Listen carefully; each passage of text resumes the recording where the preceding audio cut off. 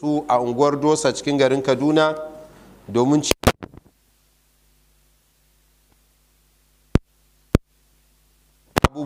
abubuwa guda 10 wanda suke sa a gafarta ma mutum a kankare masa zunubansa na babban malama Sheikhatu bintu Muhammad al-Qasim. Wannan kuma shine darasinmu na 23 a jeren giyan darussan.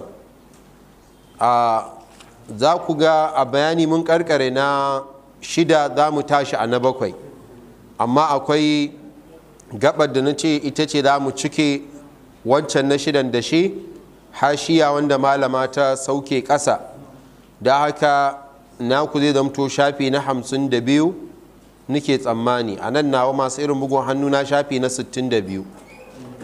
za mu tashi wurin da cewa idza waqa'a lil abdi musibatun. Kun ga gurin an gani ko? na'am. wa idza waqa'a lil abdi musibatun, tace idan wata musiba ko jarabawa ta faru ga bawa ta auka masa, to akwai wasu matsaloli da ya kamata ya sani a shari'ar musulunci guda 3. shine sai ta sauke lamba a ƙasa, ko mu ce ta yi alama a ƙasa inda ta ce masailun. an ga wurin ko? na'am. ta ce masailun, akwai wasu matsaloli da ya kamata duk musulmi ya san su dangane da jarabawa da ke samun mutum a rayuwa. ta ce almas'alatul ula, matsala ta farko ita ce aqsamun nasu inda masa'ib, karkasuwan mutane a lokacin da jarabawa ko musiba ta saukan musu. dama rayuwa gaba ɗayan ta jarabawa ne. alladhi khalaqa al-mauta wal hayata liyabluwakum ayyukum ahsanu amala. Allah subhanahu wa ta'ala halicci rayuwa da mutuwa don ya jarabi mutane a ga su wane ne za su fi kyautata aiki. yaya Abubakar, ba ka ga wurin ba ne? to menene damuwa? to ba damuwa. jama'a mun gane ko? idan ku aka ce jarabawa, ka sa akwai wanda za su ci akwai wanda za su faɗi, haka ne ko? to Allah ka sa mu ne masu ci din. shi yasa za ta kawo wannan matsalolin a duba. ta ce a samun nasu indal masa'ib, mutane sukan karkasu zuwa kashi-kashi da za mu ji idan jarabawa ta auka musu. wannasu halil musiba ala 4 maratib, mutane kuwa a duk lokacin da jarabawa ta saukan musu a matakai guda 4 suke. ba wanda zai taɓa fita daga ɗayan waɗannan halaye ko matakai guda 4. na farko shine an yakuna bil qalbi ka an yaskhata, haka ne, at-tasakhut wa huwa ala anwa. at-tasakhut, akwai waɗanda suke yin fushi idan Allah ya saukar musu da jarabawa. wani ma yakan ridde bal musulunci. na ga wani a garin nan da idona wanda saboda aiki da aka sama mishi a wani kamfani ya fita daga musulunci ya koma kafiri gaba ɗaya. sunansa Muhammadu Thani, haka ya ridda, kuma yana riddan malan duhun kafirci ya lullaba fuskan shi, da kaje kusa da shi wari yake wallahi. dama ai ba warin jiki ba ne, na zuciya ne. ko da sabulu da omo mutum zai ta wanka, in dai zuciyar da kafirci sai ka ji wannan ɗoyin. Allah ka tsare. to akwai wanda suke shiga a tasakhut, sukan yi fushi da Allah. wa huwa ala anwa, shi ma wannan fushin yana da nau'uka guda 3. na farko an yakuna bil qalb, akwai wanda yake yin fushi a zuci saboda jarabawan da Allah ya daura mishi. ka an yaskhata ala rabbih, kamar mutum ya rinka yin fushi da ubangijinsa. wani har ka yana wai me yasa sai shi, me yasa shi kadai Allah ke jaraba? ba ko daidai ba ne. annabi sallallahu alaihi wasallam ya ce ashaddun nasi bala'an al-anbiya thumma al-amthal fal-amthal. wanda suka fi kowa shiga jarabawa a duniyan nan ma annabawa ne. to akwai kuma wanda Allah yake so kaman su? babu. ya ce gwargwadon imanin mutum gwargwadon jarabawan. a wani wurin ya ce wani za a yi ta kankare mai zunubai da jarabawan shi har sai an waye gari bai da zunubi ko ɗaya a ban ƙasa. to mai mutum ya rasa inda lahira za ta samu? sai dai ba mai fahimta haka sai mumini. to kamar mutum ya rinka yin fushi da ubangijinsa, yartazu, yana bakin ciki mimma qaddarahu Allahu alaihi, na daga abin da Allah ya kaddara masa. kun ji fushi na farko ko? na biyu an yakuna bil lisan, wani kuma har ma zai kasa haƙuri ba zai bar abin a zuciya ba sai ya rinka yi da harshe yana furtawa ka du'a bil wail kamar mutum ya rinka kiran ma kansa shiga uku wasubur da halaka. wani ya ce na bani na lalace. ina ka bani ka lalace baka ji ka a kasan tukunya ba ko ba haka bane? ai bani da lalace mutum ya ji shi cikin kabari kuma bai da aikin kwarai. nan kan bani da lalacewa so dubu kenan ba mafita. amma kana da kofan tuba ko me ka rasa in dai na duniya ne gobe Allah na iya baka wanda ya fi shi in dai a duniya ne wannan. to me bani da lalacewa kana musulmi? wani musulmi ne ya taba tabewa? sai dai ba musuluncin yayi da gaske ba. Allah da annabawa kansu wasiyan da suke mai ƴaƴansu shine wala tamutunna illa wa antum muslimun. kakku yadda ku mutu sai kuna musulmai. ba su ce kakku yadda ku mutu sai kuna millionaires ba ko multi-billionaires, don sun san a wurin Allah ba da naira ake ciniki ba, da lada da zunubi ake ciniki. jama'a muna tare? na uku an yakuna bil jawarih, akwai wanda fushin shi ma da gaban jikinsa yake nunawa. kalatmil khudud, kamar wanda aka yi ma mutuwa ya rinka marin fuskansa. wa shaqqil jiyub, da kuma wuyar riga ko yaga aljihu, mutu ya kama wuyar rigansa. kasan da a ƙasa wasa da an yi mutuwa wai alamu an mutu kaga ana jan gashi ana yaga riga. mu dai mun taso muna yara mun ga ana irin wannan, shine kururuwan mutuwa. to Allah baya son wannan. alhamdulillah yanzu ana karatu mutane na ganewa. wa natfi shu'ur, da fizgan gashi, mutum ya rinka fizge gashin kansa musamman mata. wa yadkhulu fihi, kuma zai shiga karkashin wannan kasrul awani, mutum ya rinka fasa kwanuka, a rinka jifa da kwano ko wani abu, ko wa takhribut ta'am, da lalata abinci. wannan dai yana daga cikin al'adar la'alla su laraba a wurinsu. waɗancan dai da ya faɗa duk ƙasan hausa an yi su a baya, kuma har yanzu wanda ba san addini ba suna yi. duk yanda kake son mamacinka Allah ya fi ka san shi, don shi ya halicce shi kuma shi ke da aljanna. duk yanda kake jin zafin ka rabu da wanda kake so, to shi Allah halitta ya kuma ya ɗauki halitta. duk son ka ga ɗanka baka kai Allah son shi ba, saboda shi ya halicce shi don yi masa sujada. to don haka da haka ya faru, ka ƙaddara abin da kake so ya tafi wurin wanda ya fi ka son shi, kawai sai ka sa ranka haƙuri. ina fata muna tare. in ba da kawo irin wannan tunanin ba, to shi ke sa mutum irin waɗannan ayyukan jahiliyan kuma Allah ya fushi da mutum. Allah ka tsare mana imaninmu. wa hadhihi martaba, irin wannan martaba da aka kawo guda ukun nan dukansu, da jin haushin Allah a zuci, da yin addu'a da shiga uku, da dukan jiki, da yaga tufafi, da fisgan gashi, da lalata abinci, da karya kwanuka, dukkanin waɗannan martabatu haramun, martaba ce wanda take Allah baya so, ya haramta. as-sabr, na biyu, mutane idan sun shiga wancan kunga ya kasa haƙuri kenan ko, to sai na biyu shine as-sabr, akwai wanda jarabawa ta same shi yake haƙuri. Allah ka sa mu wuce nan ma. malama ta ce fayara anna hadha shay, mutum zai rinka ganin wannan abin da ya same shi na rashi ko asara thaqilun alaihi, yana da nauyi a ransa. kuma gaskiya ne. wani bawan Allah muna biyu ke mun da shekara 20 da wani abu yanzu, mun shigo mota da shi ya ce alhamdulillah, motan haya. wani abokinmu ya ce baba me ya faru? ya ce ‘ya'yana 6 dukkansu a wata 4 Allah ya ɗauki rayuwarsu ɗaya bayan ɗaya. ‘ya'ya 6 kuma gashin jikinsa duk ya fari. kun gane? haka wani abin tausayi ne. ƙarfin ya ƙare, lokacin neman buƙatan na kusa ne ya taimaka, kuma ‘ya'ya su suka fi kowa dacewa da wannan. ya ce Allah ya amshe su, amma mun gode. kaga mumini ko? to wallahi Allah ba zai bar shi haka ba malam, sai Allah ya kawo mai wani abin da zai share mai hawaye. haka Allah, haka sunna Allah take. min haisu la yahtasib, ta inda bai tsammani wa sai Allah ya kawo. Allah ya gafarta musu, Allah ya ba shi haƙuri. fayara an da hadha shay thaqilun alai, mutum sai ga wannan jarabawa tana da nauyi. lakinnahu, sai dai kuma shi din tare da haka ya tahammaluhu, yana kokarin jure masa, shine tahammul, yana kokarin jurewa. wa huwa yakrahu qu'ahu fihi, amma kuma yana kin abin da ya faru a ran shi. da zabi za a bashi ba zai zabi haka ba, amma ba zai iya ce ma Allah ba an yi ba daidai ba, kun ga bambancin shi da na farko din. Walakin yahmihi imanuhu, sai dai imaninsa ne ke tsare shi, yake bashi security min sakhatin min as-sakhat, daga yin fushi da Allah, saboda yana da imani ya san Allah ne mai yi, sai bar al'amarin ga Allah.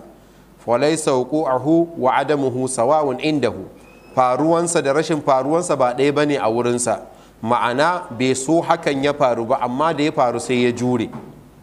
Kenan da za a bashi zaɓi, zai so jarabawan ta faru, ba zai so ba.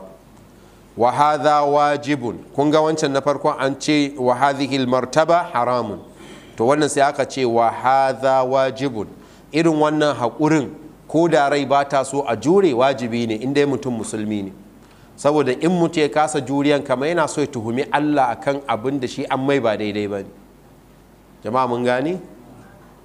li'anna Allah ta'ala amara bis sabr, domin Allah madaukaki ya yi umarni da a yi haƙuri. Faƙala, ta inda ya ce a cikin suratul anfal aya ta 46, wasbiru, kuma ku yi haƙuri, inna Allah ma'as sabirin, lallai Allah yana tare da masu haƙuri. To yanzu kun ji nau'in mutum na nawa kenan? Na biyu daga cikin wasu irin nau'in mutane. Mutane hudu wanda me ya faru da su, musiba ta auka musu. Dama kashi nawa, aji nawa aka ce? Aji hudu. Yanzu mun samu aji na farko haramun ne, Allah bai san wanda zai fushi a ransa ko ya furta magana mara kyau ko har ya yunkurin aikata wani abu da ya saba ma shari'a.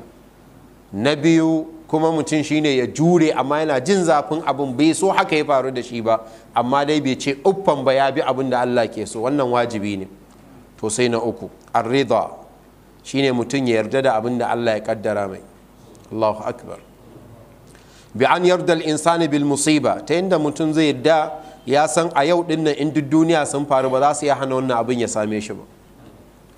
Duk duniya da wai jama'u ala an yanfa'uka lan yanfa'uka bi shay la ma katabahu Allahu alayk, rufi'atil aqlam wa jaffatis suhuf. An riga an gama magana, ya san kawai za ta faru ba makawa, kawai ta faru shikenan, Allah mun gode, ya yarda. Allah sarki, musulunci da daɗi.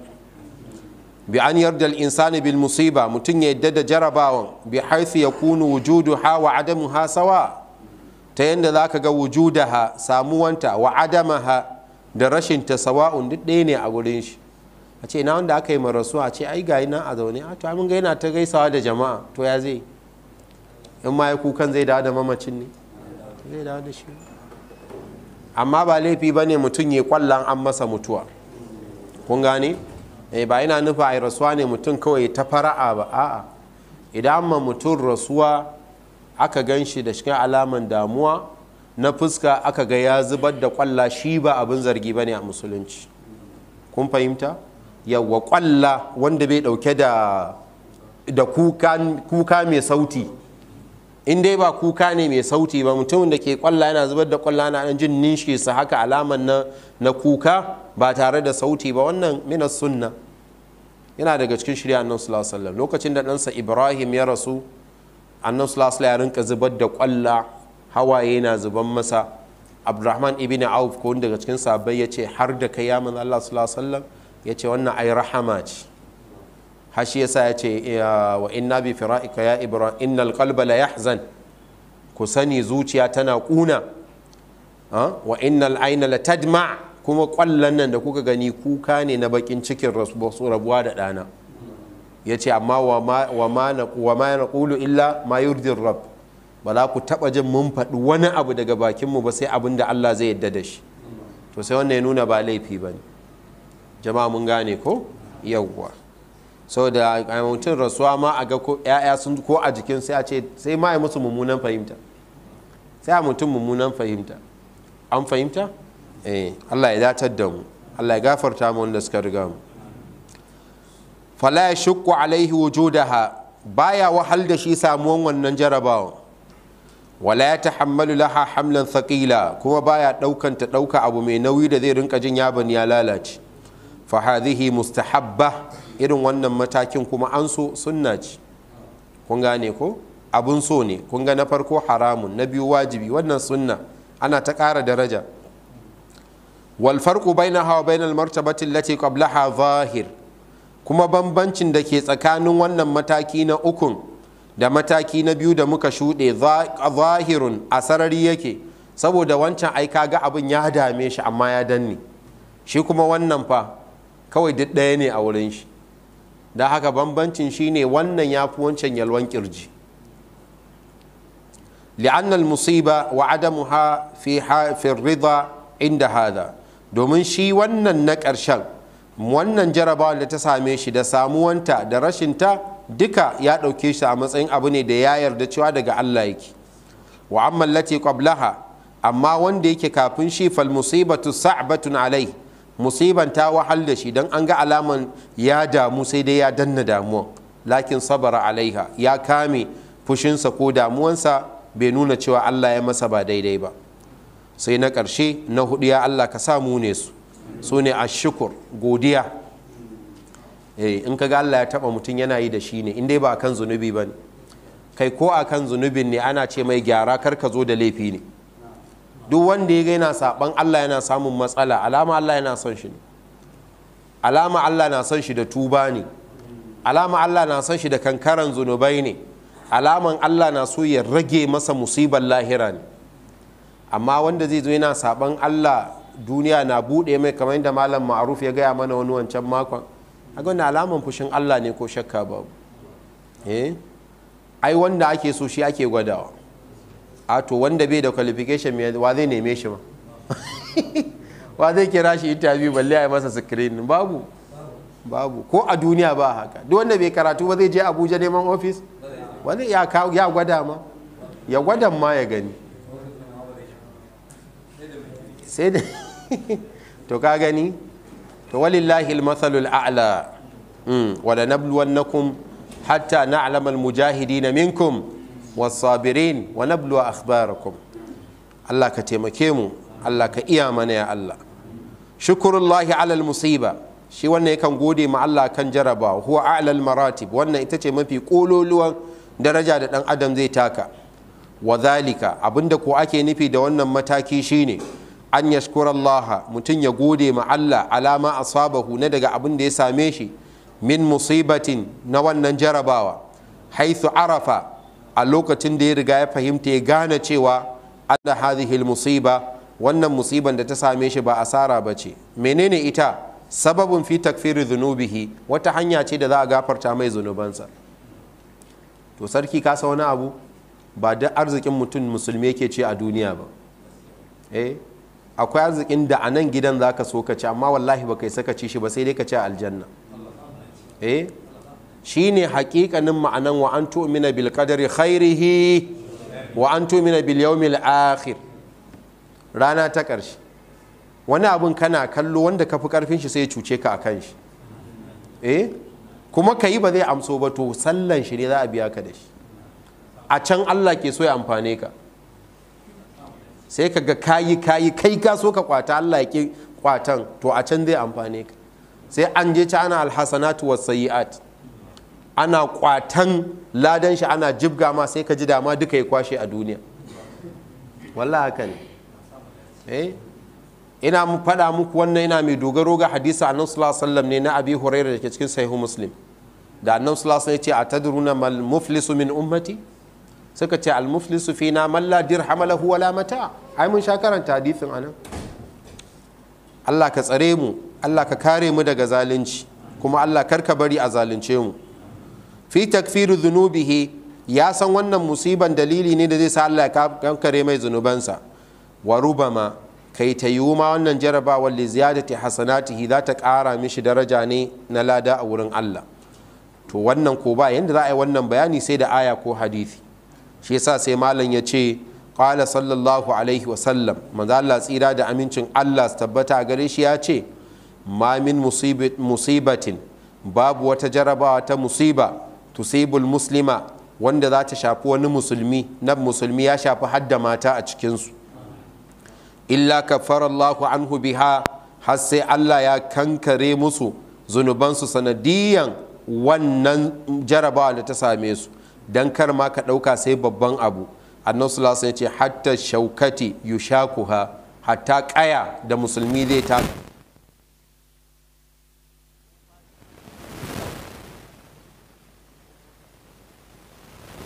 ɓata rai. Wato shi mumini babban abin da kake bukata a duniya kawai ka zama mumini.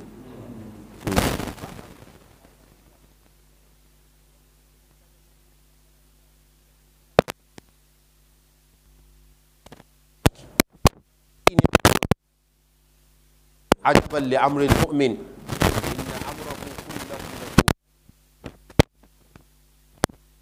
burgewa mamaki abun ban sha'awa ya taru a rayuwar duk wani mumini. Al'amarin mumini gaba ɗaya alkhairi ne, ya Allah ka samu a cikinsu. Ya ce idan asabat mene sarra shakara, idan abun farin ciki ya samu mutum sai ya gode ma Allah, fa kana khairan lahu, sai zama alkhairi a gare shi sai a ƙara mai, saboda Allah ya ce wa idh ta'adhana rabbukum la in shakartum la zidannakum wa in asabathu dharra, idan wani abu na cutarwa ya samu mumini sabara sai ya haƙuri, fa kana khairan la, sai ya zama alkhairi a gare shi. Saboda duk wani ibada da kake an faɗi yadda za a biya ka, amma haƙuri cewa aka yi kan me yake cewa kamfatan ladan za a ta yi ana baka, innama yuwaffa sabiruna ajrahum ya ghairi hisab, haka Allah ya faɗa. To Allah kai mana mai kyau kuma ka tausaya mana ya Allah. Rawahu al-Bukhari, Imam al-Bukhari ya rawaito hadisi na 5640 da Imam Muslim hadisi na 2572. Malama ta ce unzur uddatus sabirin, ka duba littafin uddatus sabirin ibn al-Qayyim na ibn al-Qayyim, qad afada wa ajada.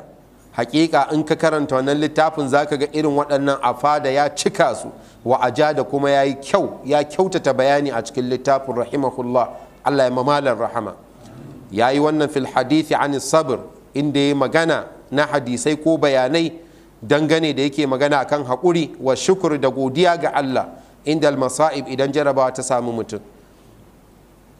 Abdullahi ibn Zubair ibn al-Awwam, kun san az-Zubair ibn al-Awwam ko? Ɗaya ne daga cikin sahabban da aka yi musu bishara da aljanna tun suna gidan duniya, cikin mutane 10 da annabi sallallahu alaihi wasallam ya faɗe sa hadisi ɗaya. To kuma shine mijin na Asma, wanda Allah ya turo mala'ika Jibril tun daga sama ya ce a gaya mata an aje mata wasu a baya guda 2 a gidan aljanna suna jiranta ta zo ta sa su. To mijinta shine Az-Zubair ibn al-Awwam, yana da ɗa Abdullahi. Wannan Abdullahi shi ma yana da ɗa, kun ga ɗan jikan Az-Zubair ibn al-Awwam. Wata rana shi Abdullah ɗin ya ɗauki ɗan nasa ya je gidan surukansa sadar da zumunci, sai yaro tare da yaron nashi, sai yaron ya fita bai sani ba, sai yaro ya je shiga barga. Kun san barga inda ake kiwon dawakai. To yana shiga sai doki ya harbe shi, da doki ya harbi yaron kawai sai ya faɗi. Kafin ka ce wani abu Allah ya ɗauki rayuwarsa ya rasu. Shine sai ce inna lillahi wa inna ilaihi raji'un, mun zo zumunci mun tadda jarabawa alhamdulillah. Ce za a iya ce kawai jana'izan shi ana wanda ya rasa inda ya rasa ke jana'izansa, shine sunna. Aka zo ana haka kabari, shi mahaifin Abdallah din kenan yana cikin da shi ake haka kabarin, sai abin haƙi kamar mu ce diga sai ji masa ciwo shi ma a kafa. Kafin ka ce wani abu sai kafa ta rinka kumbura, kawai tana ciwo na ruruwa yana hawa jikinsa, al'akila wanda kuke ce ma tetanus a yanzu ta kama shi. Aka kira likitocin lokacin, ya za a yi batun magani, suka ce wannan ciwon sabo ne a wurinsu, ba san maganin shi ba. Likitocin da ke nan gefe suka ce gaskiya ba su san kan wannan rashin lafiyar ba. To me shawarar ku? Suka ce tunda yana cin jiki yana hawa, a kirdaji wata gaba a kafan kafin ciwon ya iso a yanke wurin, sai a kashe wurin, ya zamto dai an cire kafan maimakon a rasa rai gaba daya. Kun fahimci wannan? Ƙarshe aka yanke shawara haka za a yi ma Abdullahi ibn Zubair ibn al-Awwam.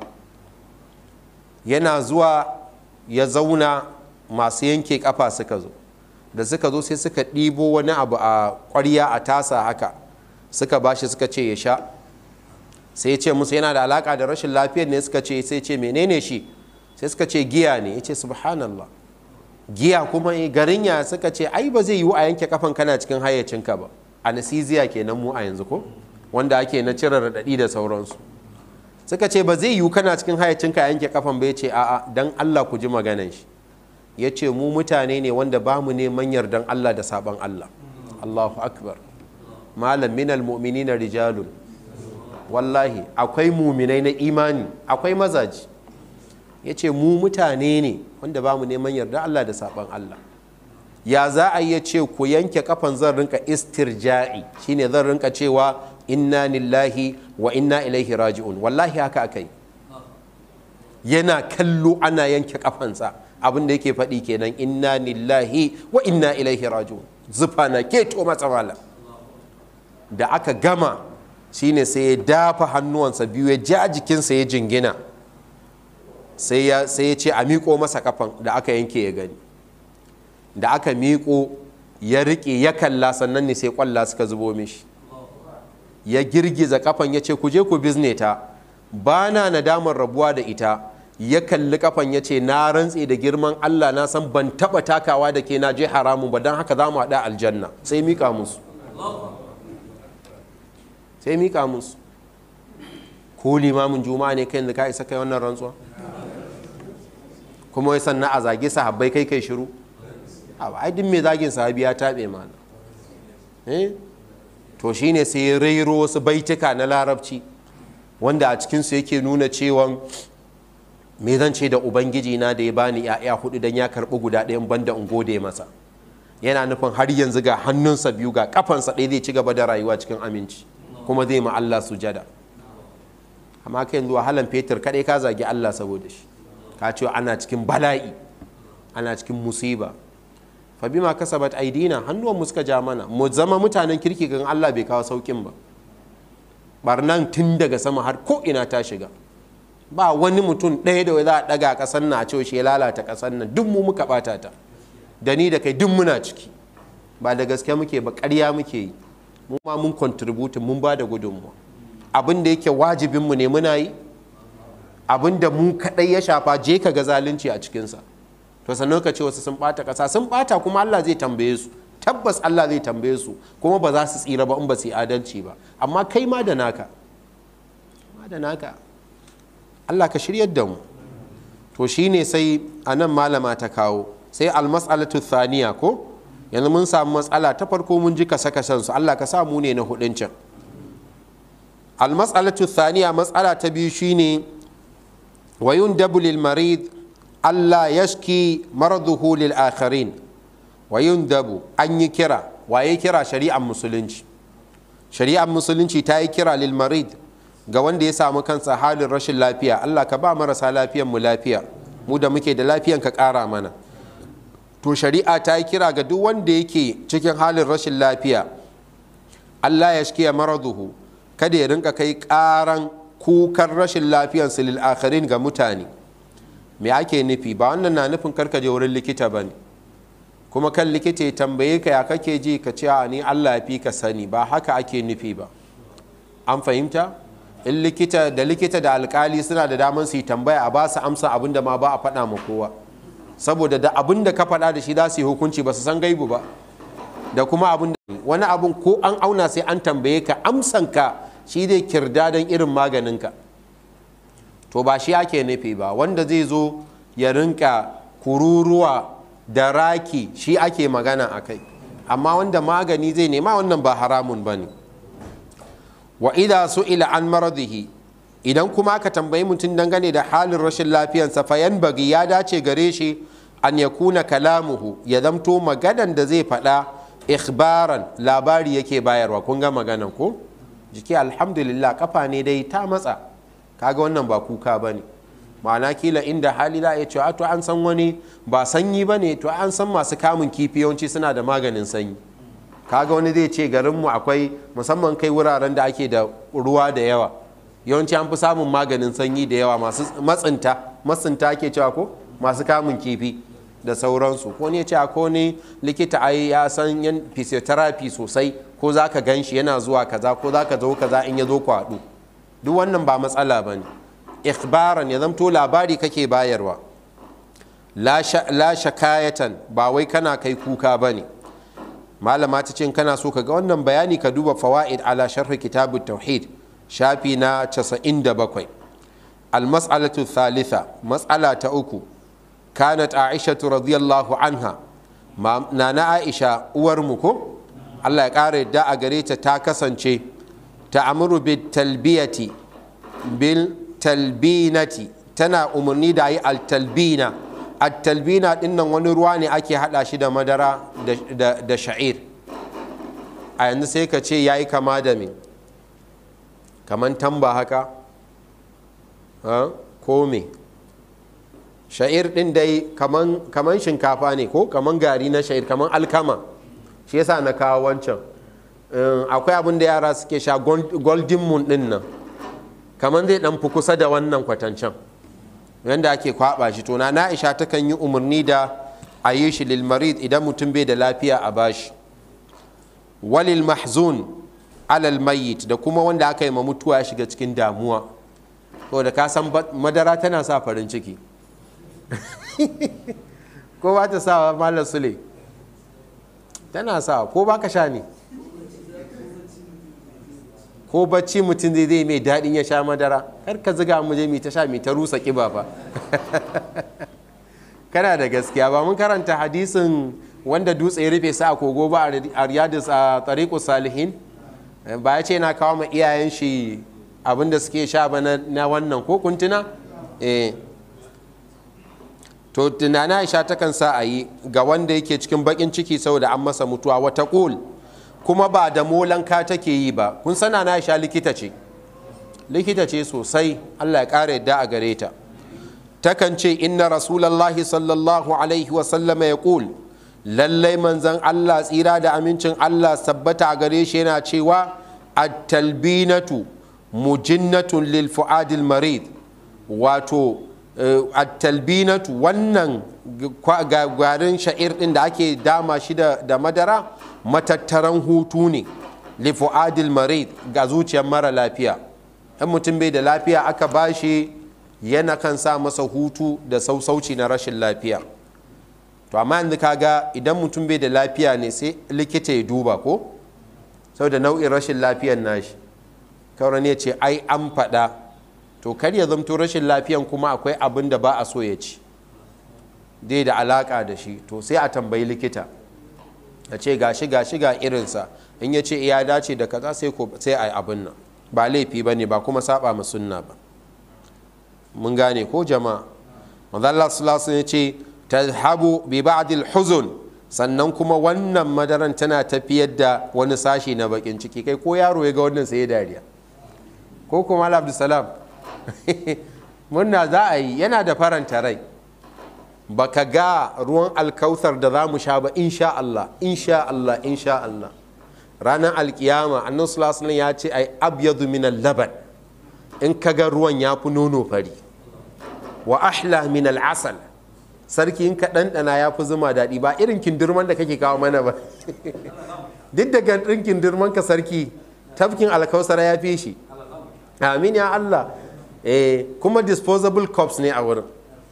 Annabi sallallahu alaihi wasallam ya ce kofunan da ke wurin aka ajiye a zo a sha ruwan adadin nujum, adadin taurarin da ke sama, adadin kofunan taurarin kuma sun fi mu yawa. Da haka da ka sha sai dai ka wuce.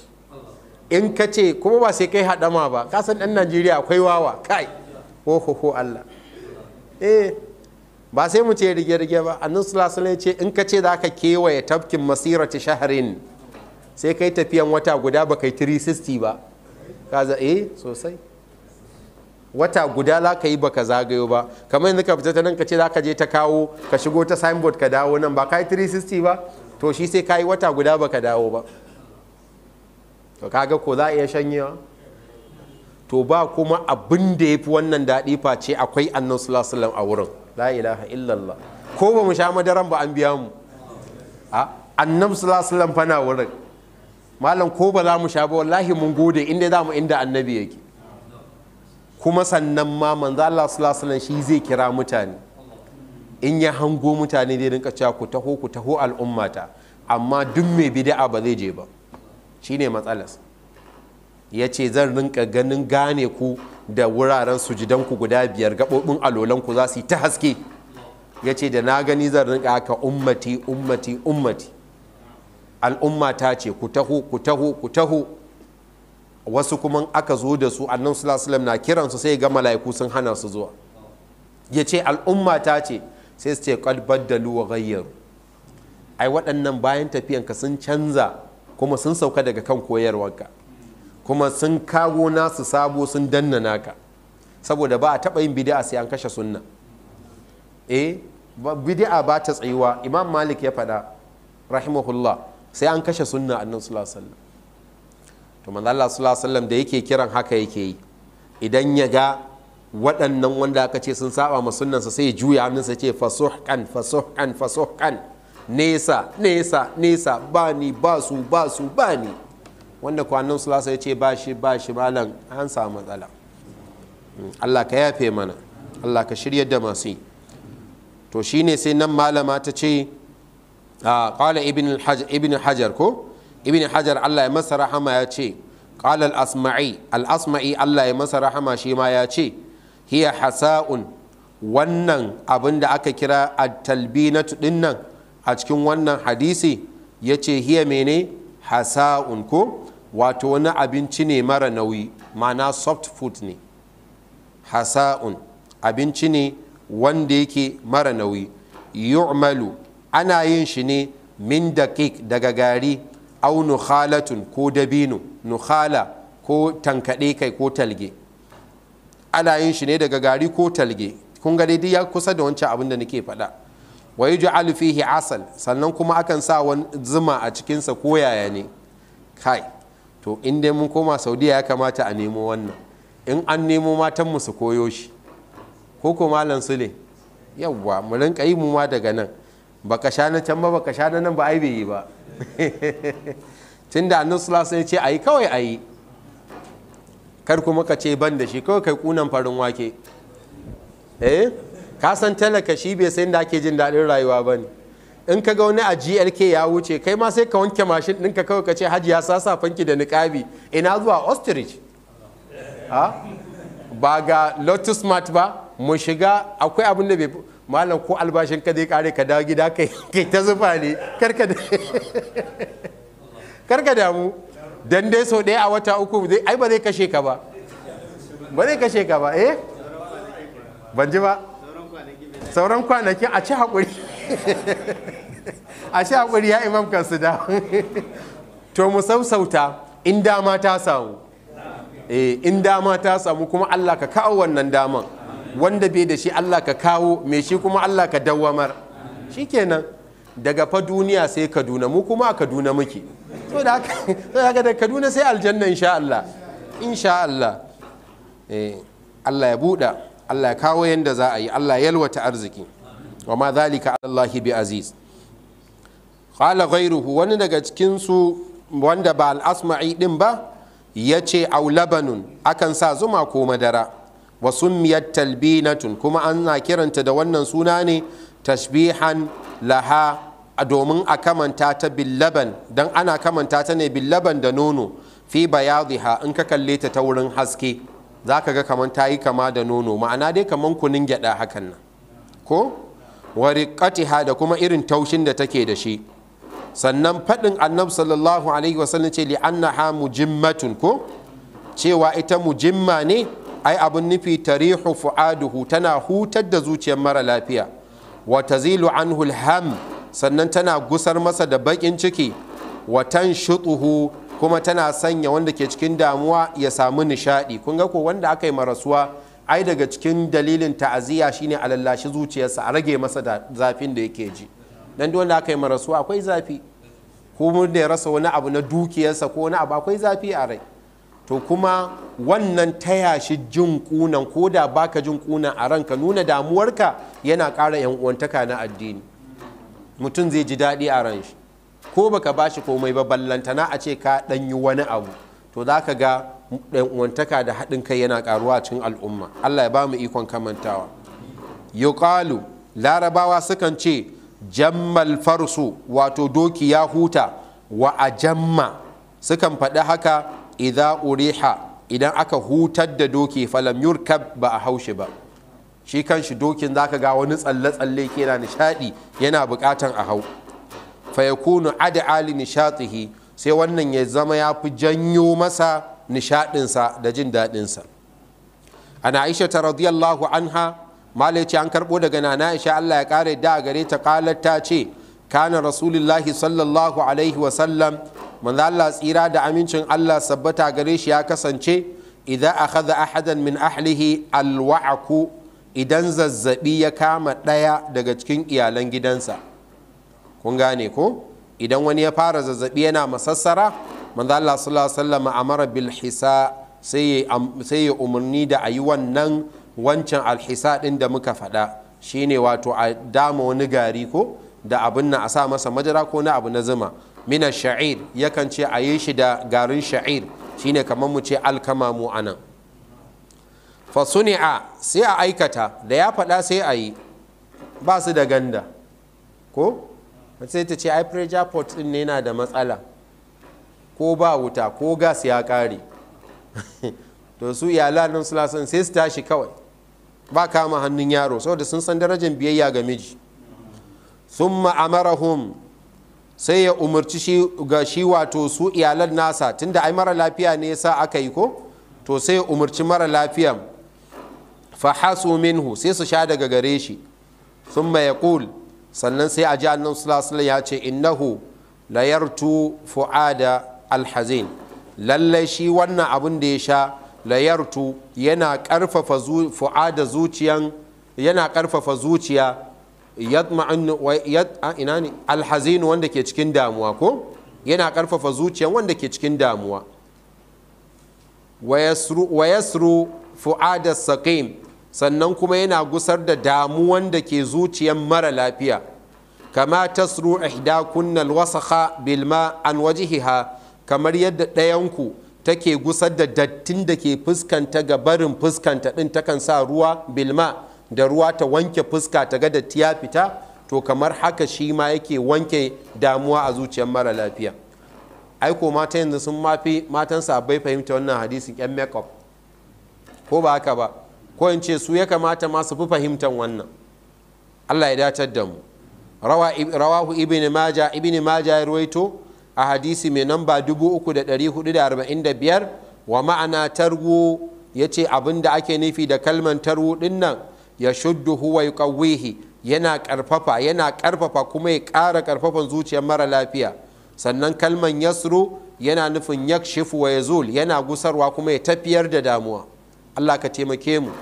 Al-mas'alatu rabi'a mas'ala ta hudu da ake so duk wanda ya shiga jarabawa ya kiyaye shine ƙaulu fulanun ma yastahilu wani bai cancanci haka ba, wani fa ba shi ya shiga jarabawan ba, wani ne aka jarabta ma sai ka je na kai aiko wani bai kamata a ce shi ne haka ya faru da shi ba. To Allah kake ma gyara? Wannan rashin hankali ne. Jama'a muna tare? Me yake faruwa da mic din naku ne? Ko ni ne ke ta juya shi? Kuma yana muku haka? To Allah ba shi hakuri mun kusa. Jama'a kun gane ko? Mutum ya buɗi baki ya ce wani bai cancanci haka ba. Idan usiba bi marad, idan aka jarrabe shi da rashin lafiya, la yajuzu hadha alqawl, malama ta ce wannan magana bai halasta a matsayinka na musulmi. Li'annahu, domin duk wanda zai faɗi wannan gaskiya al'amari shine i'tiradun ala Allah, fito na fito ne da Allah subhanahu wanda ke tsarki ya tabbata gare shi. Kamar mutum na cin gyaran Allah kenan, kamar mutum na nuna wani abu da ba haka ba, subhanallah. Wa huwa subhanahu a'lamu bi ahwali ibadihi, alhalin Allah maɗaukaki shi ya fi kowa sanin halin da bayansa ke ciki, min sihatin wa marad, na abin da ya shafi rashin lafiya da lafiya da rashin lafiya din.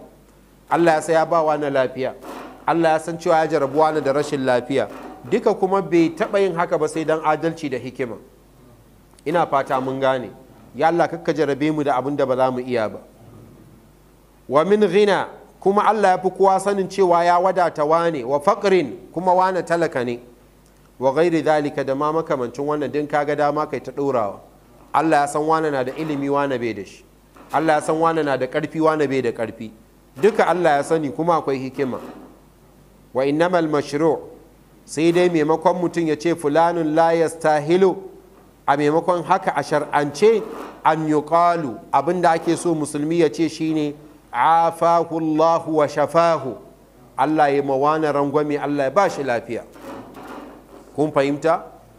Allah kai mawana rangwame, Allah ka ba shi lafiya. To ya Allah mu ma ga mu a daren juma'a, sannan kuma ga mu a daren farko na watan zulhijja, kwanaki masu alfarma. Ya ubangijinmu ya mai rahama, duk musulmin da bai da lafiya Allah ka ba shi lafiya. Allah kuma ka sa ciwon shi ya zama ka fara a gare shi, da wanda muka sani da wanda ba mu sani ba, da na kusa da na nesa. Wa nahwi dhalika, da makamantan wannan, min al-alfaz tayyiba, na daga maganganu masu daɗi, ba wai mutum ya rinka magana kamar yana cin gyaran Allah ba. Malama ta ce a duba majmu'u fatawa na Sheikh Abdulaziz ibn Baz, mujalladi na 8 shafi na 421. Al-mas'alatul khamisa, mas'ala ta biyar ta kusa da ƙarshe wanda ake so duk musulmi ya sani, ita ce la'anul marad. Ba a so musulmi ya rinka la'antan ciwo, wa ma asabahu, da la'antan abin da ya same shi, min fi'ilillahi, wanda wannan abin da ya same shi aiki ne na Allah. Ciwo bai sai kama mutum ba sai da izinin Allah, sai da yardansa. Haka annabi Ibrahim alaihi salam ya faɗa, wa idza maridtu fa huwa yashfin. Idan nayi rashin lafiya ya ce Allah ne zai ban lafiya, amma ladabi yayi ga Allah subhanahu wata'ala. Kowa ya san cewa Allah shi ke sa cuta kuma shi ke ɗauke ta. Allah ka ɗauke cututtuka daga jikunanmu. To mutum kada ya rinka la'anta yana zagin abin da ya same shi na rashin lafiya, wanda aiki ne na Allah ya zartar da haka ɗin. Hadha min azamil qaba'ihi, irin zagi da la'anta ne yana daga cikin mafiya girma abubuwa masu muni. li'anna la'nahu lil marad, domin la'anta da zagin ciwo da mutum zai yi, alladhi huwa taqdirullahi, wanda wannan rashin lafiya ai kaddarawa ne na Allah. To idan mutum yi haka bi manzilati sabbillah, yana daidai ne da zagin Allah ta'ala. Fa'ala man qala mithlu hadhihi kalima, don haka muke kira ga duk wanda ya taɓa furta irin wannan kalma, muna kira gare shi an ya tuba ilallahi, ya tuba zuwa ga Allah. Idan a baya baka sani ba, to yanzu ka san laifi ne, sai ka tuba. Idan kuma baka taɓa yi baka gode, kuma karka yi. Wa an ya alama, kuma muna kira mutum da ya sani cewa annal marada, lallai rashin lafiya bi taqdirillahi, da kaddarawan Allah yake faruwa. Ta ce ka duba fatawal aqida shafi na 753, da ka ga wannan mas'ala. Al-mas'alatu sadisa, mas'ala ta shida ko shine ta ce tasmiyatu maradul sultan al-maradul khabith. Daga cikin kurakuran da ya kamata a sani, tasmiya, a rinka kira mutum yana ce ma maradul sultan, rashin lafiya na kansa, shine sultan, ciwon kansa. Ai ka san bai da daɗi ko, kuma yana da hatsari kwarai da gaske. To amin ya rab. Ta ce ka a rinka kiran wannan ciwon da almaradul khabith, wannan ai mummunan ciwo ne. Da Allah ana yi ko ba yi? Ana yi. La yusafu bil khabath, kada a siffanta shi da muni tunda daga Allah ya zo, tunda Allah ne ya kawo shi. Sai ta ce wa innama, sai dai abin da ya dace shine yuqalu, mutum ya ce almaradul khatir, ciwo ne mai hatsarin gaske. Kaga wannan ka siffanta shi ne, ba zagi ba ne, kuma abin da ka faɗa ɗin haka ne, kuma abin da kake so ka faɗa da zagi, in ka faɗi wannan ya wadatar. An gane ko? A ce ciwo ne wanda yake mai hatsari, ma'ana is very dangerous. Al-ma'mur, irin wannan an yi umarni da a faɗa, ba laifi ba ne. Wa nahwi dhalika, da ma wasu kalmomin makamantan wannan. Ta ce a duba sharhu aqidatul wasitiyya, za a ga waɗannan bayanai a cikinsu. To, YYG, mun gama, sauran maka minti na minti 9. To ina ga mu shiga wancan ɗin ko mu taƙaita a nan? To bari mu taƙaita a nan, bari mu amfani, ban so mu shiga sabon babi ko ba za mu gama ba, zai fi ba da sauƙin bin karatun da muraja'ansa. Bari mu amfani da minti 5 mu yi nasiha dangane da waɗannan kwanaki guda 10 da za mu shiga na zulhijja insha Allah ta'ala. Aka bar su a jone kayanki, saboda gidan TV za ka ja musu. in za su sa, an gane kwa cire shi insha Allah, ko kuwa ko za ku tsaida na kamar yadda muka faɗa waɗannan kwanaki ne masu daraja, kuma insha Allah ta'ala za ma mu muhadara a kansu, ko mu ce nadwa, tattaunawa game da abin da duk kwanakin ya kunsa na hukunce-hukunce da sauransu a masallacin darul abrar da ke ƙara yarod nan badarawa insha Allah ranar litini mai zuwa zai kama. Ina ga saudiya ta sanar da cewa yau sun ga wata, gobe 1 ga wata ne a saudiya, da haka ma muna tsammanin mu jira mu ji daga sarkin musulmi da abin da ya faɗa shi za mu ɗauka insha Allah. So saboda haka nan a juma'a 1 ga wata, asabar 2, lahadi 3, to litini 4 ne fa an ɗan ja, amma dai ba komai tun da ba ya arafa ba. Ranar litini insha Allah ta'ala za mu karatu a masallacin darul abrar da ke nan ƙara yarot insha Allah a kai. Amma a takaice tun da muna daren ne kuma da munasaba shine waɗannan kwanaki da za mu shiga Allah subhanahu wa ta'ala ya yi rantsuwa da su, ba ko abin da zai sa Allah ya rantse da abu sai idan abu yana da daraja. Ya ce wal fajr, sai ce wa layalin ashir. Layalin ashir al-imam ibn kathir ya ce su ne kwanaki 10 farkon watan zulhijja. Hadisi ya zo daga annabi sallallahu alaihi wasallam cewa babu kwanakin da Allah subhanahu wa ta'ala yake tsananin son ayyukan kirki a cikinsu kamar waɗannan kwanaki 10, daga gobe har zuwa ranar idi, kai har zuwa ranar 13 ran da ake gama layyadin nan ayyamut tashrik. Waɗannan kwanaki duk mutumin da ya aikin lada a cikinsu, ladan shi ba ɗaya ke da sauran kwanakin ba ɗaya suke ba. Lada ne mai tarin yawa, lada ne mai ruɓanyuwa. Har sahabbai suka tambayi annabi sallallahu alaihi wasallam suka ce ko da mutumin da ya fita jihadi domin Allah, ya ce kwarai, ko da mutum ya je jihadi domin ɗauka kalman Allah, sai dai mutumin da ya fita ran shi bai dawo ba, dukiyarsa bata dawo ba, ya shahada dukiyarsa ta ƙare a wurin yaƙi, sannan zai daidai da wanda ya sadaka ko ya karatun Qur'ani ko ya sada zumunci ko ya taimake mai rauni a cikin waɗannan kwanaki da za mu shiga. Saboda haka kwanaki ne masu kima da daraja. Malamai suna cewa malamai sun tattauna akan wai tsakanin waɗannan kwanaki 10 farkon Dhul-Hijja da kwanaki 10 ƙarshen watan Ramadan wanne suka fi wasu daraja. Malamai suka zauna suka yi bincike mai zurfi, suka ce idan ana maganan dare ne, in an ce dare daga magariba zuwa alfijir ya fito, ko shakka babu kwanaki 10 ƙarshen mene Ramadana sun fi daraja, saboda akwai lailatul qadari a ciki. Allah ce inna anzalnahu fi lailatul mubaraka inna kunna munzilin, a wani wuri ce inna anzalnahu fi lailatul qadr. Amma idan ana maganan yini a ce daga fitowar alfijir zuwa rana ta faɗi, to ko kwanaki 10 ƙarshen Ramadan ba su kai na daga gobe daraja ba su kai su ba. Su kuma saboda akwai ranar arafa a ciki, rana ne da Allah subhanahu wa ta'ala yake kallon duk musulmin da ke tsaye a filin arafa ya ce ya gafarta mai dukkan zunubansa gaba ɗaya. Sannan kuma Allah subhanahu wa ta'ala yakan kalli wanda bai je arafa ba, idan ya azumi sai ce ya gafarta mai zunubin shekaran da ya fito da shekaran da zai shiga.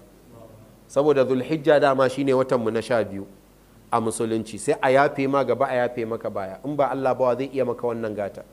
To saboda haka kwanaki ne da malamai sun tattauna kai, su Sheikh Abdulaziz ibn Baz, su Sheikh Islam ibn Taymiyyah duk sun yi magana akan cewa ana fara kabbarbari shine Allahu akbar la ilaha illallah, Allahu akbar walillahi alhamd, tun daga asubahin gobe ake fara su, ba sai ayyamut tashrik ba.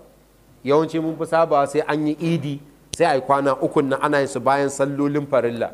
To a ko da yaushe a kowane yanayi a wannan kwanakin ana so ka yawaita kabbarbari da la ilaha illallah, la ilaha illallah wahdahu la sharika lah, lahul mulku wa lahul hamdu wa huwa ala kulli shay'in qadir. Babu zikirin da za ka yi mafi daraja a wurin Allah a kwanakin nan kamar wannan da na karanta yanzu, musamman a ranar arafa. Annabi sallallahu alaihi wasallam ya ce ita ce addu'an duk annabawan da suka zo kafin ni, kuma ita ce addu'an al'ummata. Saboda haka ku tuna ku yan uwa, wasu na nan fa ba rawar haka suna raye amma an yi jana'izan su yanzu, wasu ba samu wannan daman ba, wasu Allah bai musu wannan tsawon rai din ba. To dama ce, kasuwa ce ta lahira. Kar mu shagalta da raguna da ɗinkin sallah kaɗai. Alhamdulillah, ai kokari ai inda hali a yalwata ma iyali, Allah yana so. Bal ma muna roƙon Allah duk wanda bai da shi Allah ya bashi. To amma ku sani wal akhiratu khairun wa abqa, lahira ita tafi. duk kasuwancin da za ka yi ka fara da lahira, ka tabbatar Allah ya yarda da kai. In Allah ya yarda da kai ba zai tozarta ka ba. To waɗannan kabbarbari suna ciki. Sannan kuma kamar yadda lada ke da daraja a cikinsu, to zunubi ma fa yana da tsanani a cikinsu. Zunubi yana da tsanani. Kar ka shiga cikin da za su yi zalunci. Kada ka ga kasuwa ta buɗe kai ta damfaran mutane. Inna rabbaka labil mirsad. Allah yana madakata. Wannan kwanaki ne da ake taimakon masu rauni a ciki, musamman marayu waɗanda ba su da gata, ba su da hali. Da yawan mu muna farin ciki idan sallah ta zo, amma da yawan marayu tashin hankali suke shiga saboda ranar tozarcin su suna ga yazo. Idan ba sallah bane, ba idi bane, ba wani abu bane, maraya ba a gane fallasan shi. Amma da an zo idi, to a wannan ranar shi fallasan shi yana fitowa fili. ‘Ya'yanka za su sa sababbin kaya, shi za a gan shi a cikin tsummo kare. ‘Ya'yanka za su ci nama, shi kuma zai zauna da yunwa. To ina kira gare mu da mu ji tsoron Allah, mu duba irin waɗannan mutane, mu taimake su iya abin da Allah ya mana. Kar mu jira sai sun tozarta, sun wulakanta kansu, sun nema a wurinmu. Idan muna da dama mu yi iya abin da za mu iya yi. Wannan dama ce da Allah subhanahu ta'ala ya bamu saboda ya yauƙaƙa mana rayuwarmu, ya yalwata mana hanyoyin samun rahamansa. Sau da haka nan wannan a dunkule ne nake amfani da wannan daman a takaicen takaitawa, amma bayanai masu yawa na hukunce-hukunce, ko da ya kamata nan ma mu kawo wasu. Duk mutumin da ke da nufin yin layya kenan daga gobe ba zai yanke kumba ba, in ji annabi sallallahu alaihi wasallam, ba kuma zai aske duk wani gashi a jikinsa ba. Wanda ya san zai yi layya ya je yanke kumbansa tun yanzu a daren nan, ya yi askin da duk zai yi. Ba za ka ƙara yanke kumbanka ko gashi ba har sai ka riga ka yi layyanka, sai ka yanka naman layyanka. Sannan kuma daga cikin abin da ake yi na sani shine in mutum ya layya ana so ya ci daga mene dabban layyansa ake cewa ko. To abin da ke zahiri shine ana so ne ka kame. Ku lura a watan Ramadan annabi sallallahu alaihi wasallam kafin ya je idi yakan ci wani abu. Bai tafiya idi bai ci wani abu ba, saboda mene an yi Ramadana an ji jiki. Sannan kuma a nuna ma mutane an gama Ramadan, kada wasu su zo ba san addini ba su ɗauka ai har azumi har zuwa sai ranar an tafi idi ake gama Ramadan. To cin abincin shi kafin ya je idi, na farko yana alamta ma duniya Ramadana ta ƙare. Na biyu kuma saboda an galabaita azumi sai aka ce to a fara hutawa kafin aje. Ita kuma wannan sallan da yake akwai layya, akwai wadatan abinci, mutane sun manta da yunwa, wasu sun manta akwai yunwa, sai Allah ce to ka ɗan ji yunwa har sai an dawo idi. Hikiman shine ka tuna makwabcinka na nan bai ci ba, ka binciki wani hali yake ciki, ka taimake shi. Mun karanta da ku hadisi ne ingantacce, mun karanta da ku a cikin tariqus salihin.